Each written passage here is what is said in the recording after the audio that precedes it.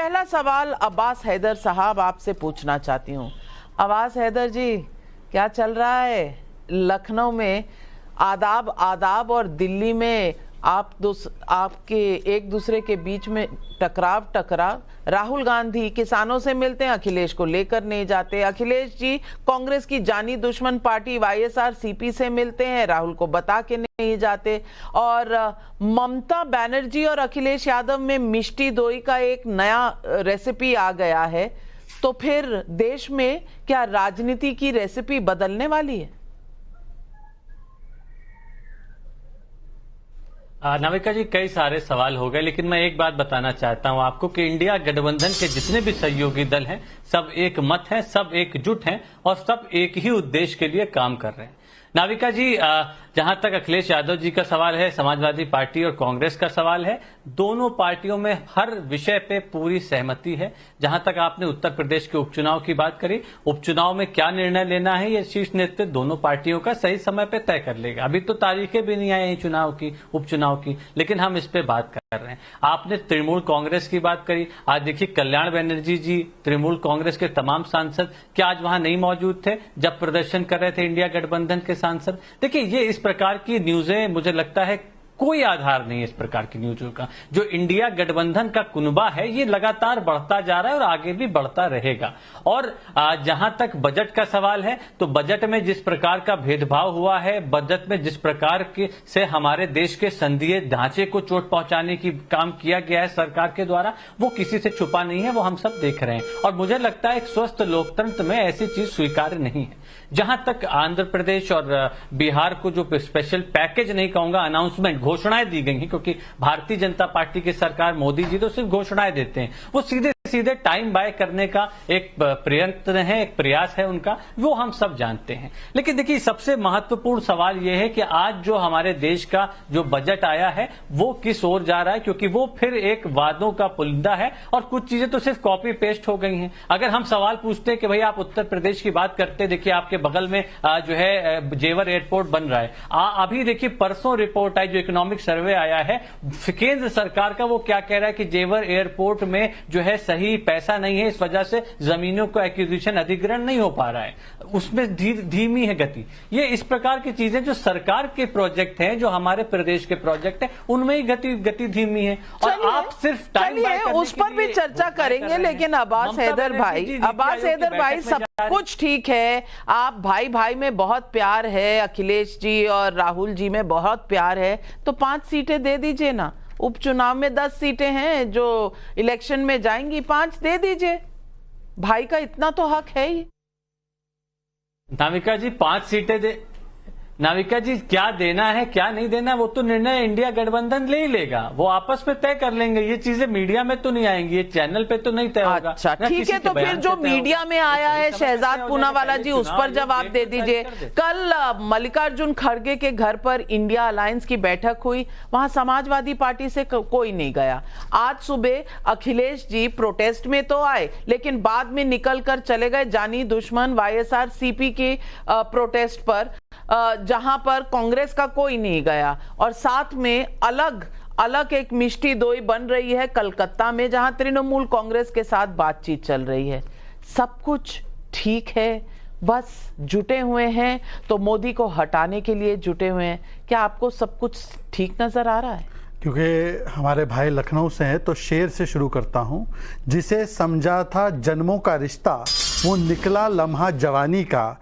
जिसे समझा था जन्मों का रिश्ता, वो निकला लम्हा जवानी का। जिसे समझी थी मजबूत बर्फ की इकाई, वो निकला बुलबुला पानी का। यही इनके अलायंस का हाल है भाई। No mission no vision, only अपना अपना एम्बिशन। इसलिए जो पंजाब में तलाक हो गया था, दिल्ली में भी तलाक, बंगाल में भी तलाक, केरल में भी तलाक, अब यूपी और कांग्रेस में भी, एसपी और कांग्रेस में भी तलाक की ओर जा रहा है। परंतु सवाल यह बनता है कि मैं आपके आज के विषय पर बताता हूं कैसे तलाक हुआ। इन्होंने अभी क्या कहा, बिहार और आंध्र को समोसा मिल गया, कचौरी मिल गई, ढोकला मिल गया, सब कुछ मिल गया, पकौड़ा मिल गया। अब आरजेडी कह रही झुंझुना मिला। आरजेडी सही है या इंडिया अलायंस सही है? इंडिया अलायंस नीति आयोग का बहिष्कार कर रही है, तो आरजेडी साथ में नहीं है, साथ में बता दीजिए। अब इन्होंने क्योंकि बताया फैक्ट्स के बारे में, तो बजट का फैक्ट्स बताता हूं। कुल बजट में जो स्टेट्स को पैसा दिया गया केंद्र की तरफ से, नाविका जी नोट कीजिए, 12,40,000 करोड़। आपको पता है सबसे ज्यादा किसको मिला? 18%, 2,23,000 करोड़ उत्तर प्रदेश, मध्य प्रदेश 97,000 करोड़, वेस्ट बंगाल 93,000 करोड़, महाराष्ट्र 78,000 करोड़। मतलब कि अगर ये चुनावी दृष्टि से होता तो क्यों पश्चिम बंगाल को ज्यादा दिया जाता। दूसरी बात, इन्होंने कहा महाराष्ट्र को कुछ नहीं मिला, महाराष्ट्र को 78,000 करोड़ ये मिला, 8,000 करोड़ के स्पेशल प्रोजेक्ट्स मिले, उसके अलावा 15,000 करोड़ रेल का मिला, और उसके अलावा 76,000 करोड़ का वधावन पोर्ट मिला। तो महाराष्ट्र पर भी जो झूठ बोल रहे थे वो भी अब ध्वस्त हो गया। परंतु यूपीए के जमाने में यूपी को कितना मिला पता है आपको बजट में? ये 2,23,000 करोड़। यूपी को यूपीए के जमाने में 59,000 करोड़। ये थी असलियत। बिहार को 2004 से 14 के बीच में पता है कितना मिला? 2,75,000 करोड़। आज पता है कितना मिला है? 9 लाख करोड़। तमिलनाडु को पता है कितना मिला स्पेशल प्रोजेक्ट्स? 8,000 करोड़। आज कितना मिला? 1 लाख करोड़। 2.5 गुना ज्यादा पैसा। कर्नाटका को 3.5 गुना ज्यादा पैसा। ये सारे आंकड़े हैं। परंतु मैं आखिरी बात, ये जुमले हैं, ये आपने प्रॉमिस किया है लेकिन देंगे नहीं। एक लास्ट स्टेटमेंट। एक और चीज मजेदार आई कि केवल तमिलनाडु का जिक्र हुआ, केवल आंध्र का जिक्र हुआ, केवल बिहार का जिक्र हुआ, तमिलनाडु का जिक्र नहीं हुआ। मैंने थोड़ा सा रिसर्च किया तो पता चला 2006 से लेकर 12 में जो बजट की स्पीचेस थी, तमिलनाडु और बंगाल का केवल तब जिक्र हुआ जब तमिलनाडु और बंगाल की पार्टियां यूपीए का हिस्सा थी। और जो ही 2012-13 में बंगाल बाहर निकल गया, तमिलनाडु बाहर निकल गया, तो मेंशन खत्म हो गया बजट में। तो इसीलिए मैं कहता हूं झांकी रही भावना जैसी, प्रभु मुहूर्त दिखे तिन तैसी। आप बताइए कि कौन से बजट स्पीच में सारे प्रदेशों का नाम आपने लिया था? एक बजट स्पीच बता दीजिए। ऐसा कोई हर राज्य का नाम नहीं लेता, लेकिन कोई ना कोई नुक्स निकालना है तो निकाल लिया, और विपक्ष को सिर्फ इतना ही नुक्स मिला। लेकिन जगदीश शर्मा जी कहीं ना कहीं कुछ ना कुछ दिक्कत तो है, एम्बिशन की प्रॉब्लम तो है, क्योंकि किसान नेताओं से राहुल गांधी अकेले मिल लेते हैं, ले जाते इंडिया गठबंधन के सब लोगों को, बुला लेते अपने कमरे में। किसान नेता आ रहे थे और किसानों का दर्द तो पूरे इंडिया अलायंस का है, लेकिन नहीं बुलाया। अखिलेश जी YSRCP जगन रेड्डी के साथ जब चले जाते हैं, ममता बनर्जी के पास चले जाते हैं, राहुल गांधी नहीं बुलाए जाते, तो भाई जनता सवाल तो पूछेगी कि भाई चल क्या रहा है? अगर सब एक साथ हैं तो अलग अलग क्यों दिख रहे हैं? और कल मल्लिकार्जुन खड़गे के घर पर जो मीटिंग हुई, समाजवादी पार्टी क्यों नहीं थी? सारी पार्टियां थी।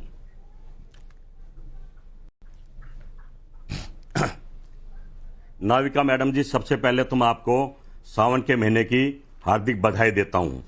और उसके बाद मुझे आज आपका जो 10-15 मिनट से मैं लगातार सुन रहा था, शोले फिल्म का अमिताभ बच्चन याद आ गया कि मौसी लड़का बहुत अच्छा है, क्या हुआ थोड़ी शराब पी लेता है, मौसी काम पे भी जाएगा, जुआ भी खेल लेता है, और सब करके नाचने देखने भी चला है। तो मौसी के तो वाह बेटा वाह, सब कुछ तो ठीक है, क्या तेरे जैसा दोस्त है, क्या खूबी बता रहे, लड़का बहुत अच्छा है। वो आपने भी फिल्म शोले देखी होगी। आपने जिस तरह से विस्तार करा, मुझे हंसी आती है कि कम से कम आज सवाल सरकार से पूछने चाहिए। बजट सरकार का फेल हो रहा, आप सवाल राहुल गांधी जी पर, अखिलेश पर, ममता पर। अरे भाई, लोकतंत्र में हम तो बात कर रहे हैं, आप बताइए ना कितनी बात मोदी जी के साथ कोई कर रहा है, कितनी बात मोदी जी किसानों से कर रहे हैं? कहां लोकतंत्र है? कहीं ना कहीं देश समझ रहा है, जो 80 करोड़ लोगों को ये भोजन देते थे, फ्री में खाना राशन देते थे, इस बजट के बाद अब 100 करोड़ को मोदी जी को देना पड़ेगा। और सोना चांदी सस्ता कर दे, जैसे शोर मच रहा है, रोटी खाने को नहीं है, जेब में पैसा नहीं है, रोजगार नहीं है, ये भी अडानी के गोदाम में जाएगा। सोना चांदी सस्ता हुआ है, जब गरीब के यहाँ ब्याह शादी होगी महंगा लेना पड़ेगा।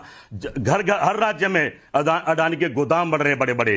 टमाटर 10 रुपए किलो लेकर 100-120 का रेट होगा। ये सारी सरकार का मतलब क्या होता है? जनता ने जो वोट दिया है मोदी जी को दिया कि मोदी जी हमें रोजगार दो, अपने वादे अपनी गारंटी पर बात करो। पर मोदी तो कह रहे हैं नहीं, नौकरी हम नहीं देंगे, कुछ कंपनियां हम ले आए हैं वो आपको नौकरी देंगी। तो क्या चल रहा है? उनसे भी तो सवाल होना चाहिए। आज राहुल गांधी नेता, मैं मानता हूं आप उनको नेता मान रही है, सारा सवाल आप ही नहीं, भारत की सारी मीडिया से सवाल करिए, मुझे अच्छा लग रहा है। मुझे तो आने वाला प्रधानमंत्री नजर आ रहा है, सवाल प्रधानमंत्री से होती है, पर जो सत्ता में बैठा है उससे भी बात करो जब अच्छा लगेगा, क्योंकि आपके चैनल को सब लोग देख रहे हैं और देखकर हंसते हैं कि पिक्चर कौन सी चल रही है और काम कहां हो रहा है। कांग्रेस की पार्टी में भी हेडक्वार्टर्स में चलता है, लेकिन यहां आने की जहमत नहीं करते। लेकिन मैं एक बात बता दूं शहजाद जी, ये कहते हैं कि बजट कॉपी पेस्ट है। मैं तो कहूंगी जगदीश शर्मा जी की ये जो शोले फिल्म वाली बात है ये कॉपी पेस्ट है, क्योंकि ये बात तो प्रधानमंत्री ने अपने भाषण में कह दिया था पार्लियामेंट में। नहीं, और अब कॉपी पेस्ट वहां हो रहा है। एक्चुअली देखिए, जगदीश जी को सुनकर दो चीजें मेरे मन में आए। एक तो ये कि शोले में एक ठाकुर भी है जो कहता है ये हाथ, एक गब्बर भी है जो कहता है ये ठाकुर ये हाथ मुझे दे दे। अब उसी तरीके से अखिलेश जी को कहा जा रहा है ये हाथ को वोट दे दे, अखिलेश ये हाथ को वोट दे दे। अगर अखिलेश जी कहीं और चले जाए तो यहाँ का जो गब्बर बैठा हुआ है वो नाराज हो जाता है फूफा की तरह। और दूसरी बात देखिए, आपने कहा कि राहुल जी को अगले प्रधानमंत्री के रूप में, तो चलो कम से कम रॉबर्ट जी को आप कल तक देखते थे, राहुल जी को देखने लगे। परंतु राहुल जी ने आज किसानों की बात की। 1200 किसान कर्नाटका में मारे गए, 15 महीनों में आत्महत्या कर दी, एक शब्द बोला? उनको कब बुला रहे पार्लियामेंट?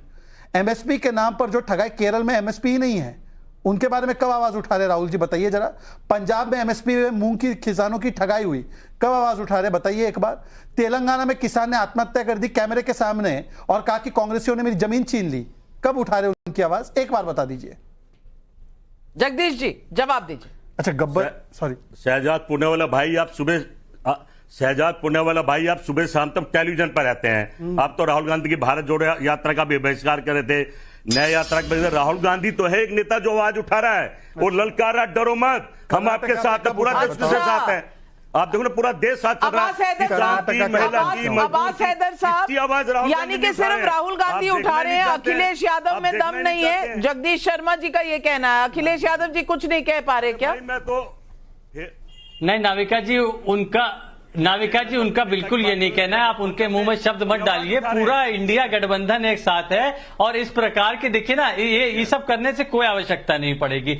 सब देश की जनता की आवाज उठा रहे हैं। मैं शहजाद जी ने 2-3 बातें की, मैं उसको साफ करना चाहता हूं। उन्होंने कहा कि हमने राज्यों का बजट 2 गुना बढ़ाया, 2.5 गुना बढ़ाया। मैं आपको बताना चाहता हूं 2013 से 2023 के बीच में या 2024 के बीच में जो यूनियन बजट का साइज है वो 3 गुना बढ़ा है, 3.5 गुना बढ़ा है। और ये आपकी सरकार की कोई उपलब्धि नहीं है, हमेशा ही सरकार का बजट बढ़ता रहता है। 2003 में अगर आप जाएंगे तो वो करीब 4,38,000 करोड़ था, जो बल्कि 16 लाख करोड़ हुआ 2013 में, और अब 48 लाख करोड़ हो गया है। तो पहले 3.5 गुना बढ़ा है, वो 3 गुना बढ़ा है। अगर आपने राज्यों के शेयर 2.5 गुना या 2 गुना बढ़ाया है तो आपने कोई हिसाब नहीं किया। दूसरी बात, अगर आप देखें इसी मापदंड पे, अगर आप कृषि के लिए आवंटित एग्रीकल्चर एंड अलाइड सेक्टर जो लिखा है इसमें, वो 2019 में 5.44% था बजट का, वो घट करके 2023 में हुआ 3.20%, अब फर्दर घट के 3.15% हो गया है। जो हमारे देश के किसान हैं उनका बजट आप घटा रहे हैं, उनको एमएसपी देने को आप तैयार नहीं है, लीगल गारंटी। आप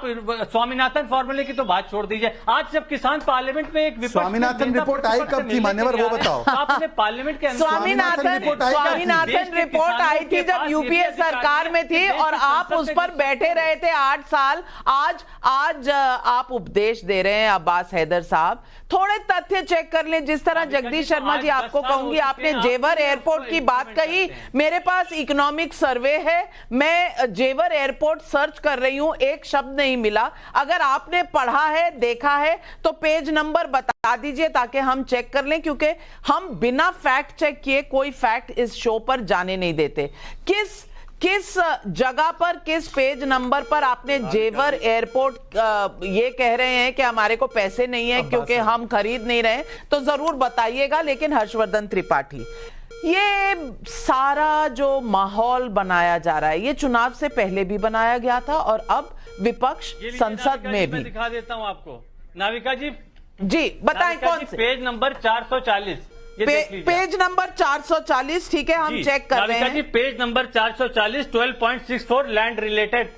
ओके, 440 पेज नंबर पर मेरी रिसर्च टीम चेक कर रही है। लेकिन हर्षवर्धन त्रिपाठी जी, सवाल यह है कि माहौल बनने से क्या सरकारें गिर जाती हैं? और ये माहौल चुनाव से पहले, माहौल चुनाव के बाद, और माहौल में वो जो हिंदी फिल्म स्टाइल ऐसे क्रैक्स नजर आ रहे हैं ना, वो जो बिजली कड़कती है और एक क्रैक, वो क्रैक आपको नजर आ रहे हैं या सिर्फ ये मेरे मन का भ्रम है?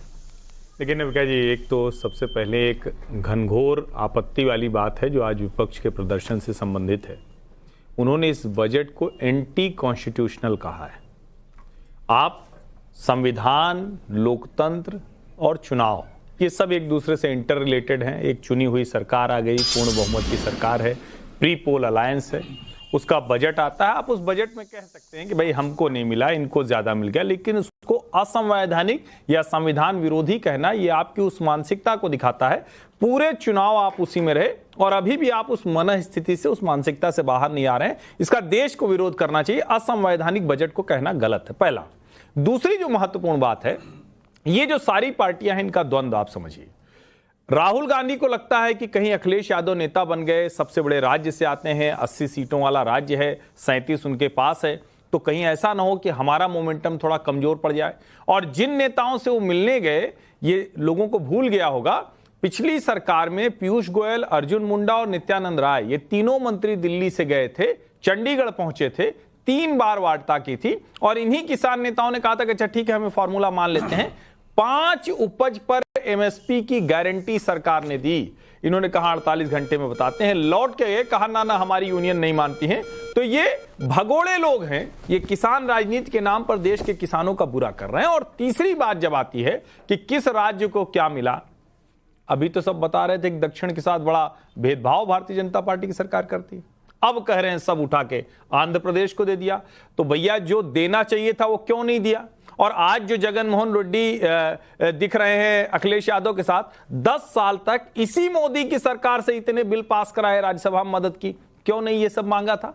क्या रिफाइनरी मांगना, हाईवेज मांगना, पुल मांगना, ये सब बुरी बात है? ये तो अच्छी बात है। और मैं तो कह रहा हूं ये डेवलपमेंट का कंपटीशन चलना चाहिए राज्यों के बीच में, राजनीति का यही तरीका होना चाहिए। उसको एंटी कॉन्स्टिट्यूशनल कहना ये डेवलपमेंट के खिलाफ की पॉलिटिक्स है, जो इनके बीच के अंतर विरोध में एक दूसरे से मुकाबले वाले दिखते हैं। बहुत सही बात आपने कही। और मैं फिर से फैक्ट चेक पे जाती हूं, 12.64 पेज नंबर 440 मैं पूरा पढ़कर बता देती हूं। जेवर एयरपोर्ट कहीं भी मेंशन नहीं है। Land related despite large buildup of connectivity infrastructure and energy related assets, both the sectors reported the need for corrections in the delay in land acquisition and land related clearances. Issues are also raised about slow onboarding of digital land records. In the case of airport development, greenfield airport projects are time intensive due to the need for appropriate site selection, land acquisition.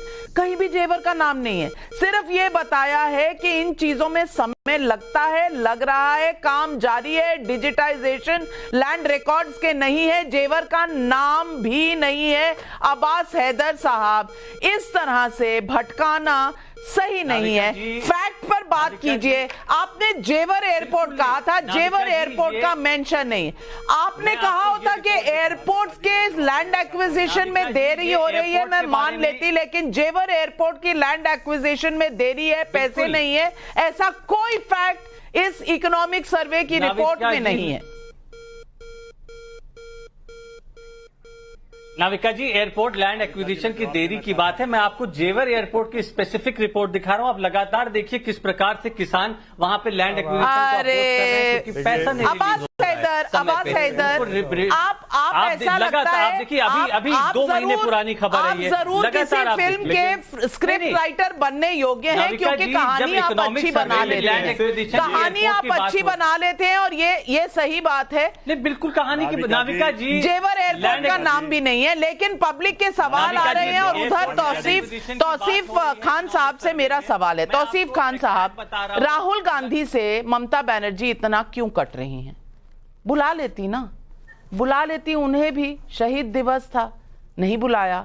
और यहां पर राहुल गांधी कह रहे हैं कि हम लोग नीति आयोग में नहीं जाएंगे। ममता जी कह रही हैं मैं राज्य के लोगों का हक मांगने के लिए, लड़ने के लिए जाऊंगी, जो सही कदम है। लेकिन राहुल गांधी क्यों ममता जी के एक्सपीरियंस से कुछ सीख नहीं रहे? देखिए नाविका जी, ममता बनर्जी ने कहा कि बंगाल राज्य के लोगों का हक मांगेंगे, बिल्कुल सही कहा है। क्योंकि अगर अदानी और अंबानी पॉलिटिकल पार्टी को पैसा देता है, चंदा देता है, वो चंदा होता है, वो भीख से थोड़ा सा ऊपर उठ के चंदा होता है। लेकिन जब बंगाल सरकार केंद्र सरकार से पैसा मांग रही है तो वो उसका हक है। ये केंद्र सरकार, ये मोदी जी अपने पॉकेट से पैसा नहीं दे रहे, ये देश भर से टैक्स के उठाए हुए पैसे हैं। ये बंगाल की जनता से भी टैक्स जो कलेक्ट करके केंद्र सरकार ले लेती है, और उसके बाद वेरियस स्कीम चलाती है। वेरियस स्कीम के जरिए और उन्हें वापस देने की जो बात है वो अपने प्रोमिसेस को फुलफिल नहीं करती। आप देखिए कितना बड़ा बकाया है कि मनरेगा स्कीम को 2 साल से बंद करके रखा हुआ है, इल्जाम लगा दिया करप्शन, लेकिन क्या पैसा बंद कर देना ये खुद गैर कानूनी है?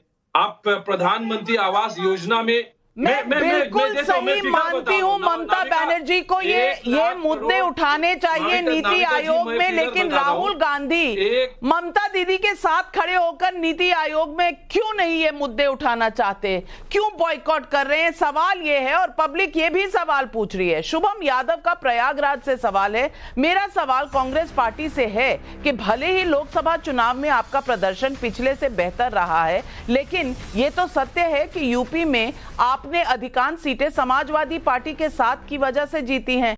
तो किस आधार पर आप उपचुनाव में 50% की बात कर रहे हैं? संदीप सिंह का बेतिया बिहार से सवाल है, जब बिहार में महागठबंधन की सरकार थी तो यही लोग विशेष पैकेज की मांग करते थे, और आज जब बजट में बिहार के विकास के लिए कुछ बड़ा ऐलान हुआ है तो ये लोग जनता को बरगलाने और भड़काने का काम कर रहे हैं। प्रदीप कुमार का लखनऊ से सवाल है, अगर बीजेपी को अखिलेश का वाईएसआरसीपी के प्रदर्शन में जाना, ममता जी का रैली में जाना ये लगता है कि इंडिया गठबंधन में सब कुछ ठीक नहीं है, तो आपके यूपी में क्या चल रहा है पहले ये तो देख लीजिए।